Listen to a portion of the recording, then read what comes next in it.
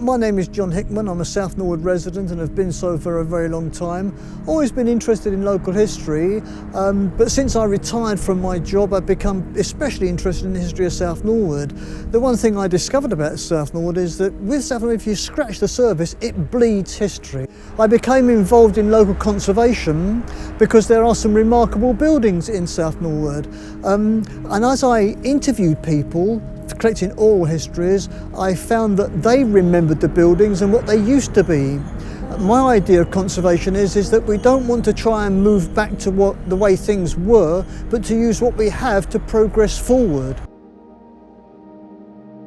Early in the 19th century, much of the area around here was being enclosed as a result of an Act of Parliament. The gentlemen came together in 1805 and another Act of Parliament passed which allowed the construction of a canal from just north of New Cross Gate to West Croydon. With the canal, the road went over the canal, so the bargees would lay on their backs and walk their barges to the other side of the bridge, whereas the railway now goes over the road. So what we have here, the road has been dug out. If you walk down Portland Road, you are walking under where the canal would have been. In fact, the canal would have come just in front of us here.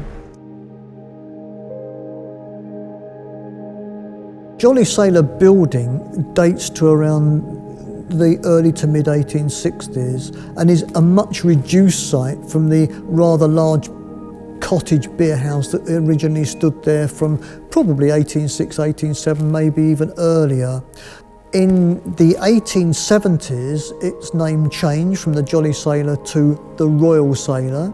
Now that may have been because of the second son of Queen Victoria was used to take be out on the sea with a band and all the rest of it. I don't know. It certainly sounds better for the kind of people who lived here. I think the people on this side of the railway might not have enjoyed having the Jolly Sailor as much as a Royal Sailor in their midst. In 1845 there was a new idea, and that was the atmospheric railway. The atmospheric railway worked by using the weight of the atmosphere in a pneumatic tube which pushed the carriages along. There were advantages to this because the trains didn't have to carry their own fuel. Sadly, it didn't work because it couldn't be kept airtight. It was the vacuum railway.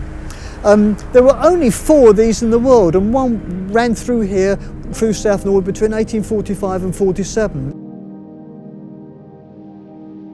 My name's Trevor Coate. I'm the station supervisor at Norwood Junction Station, and I've been here for the past 24 years.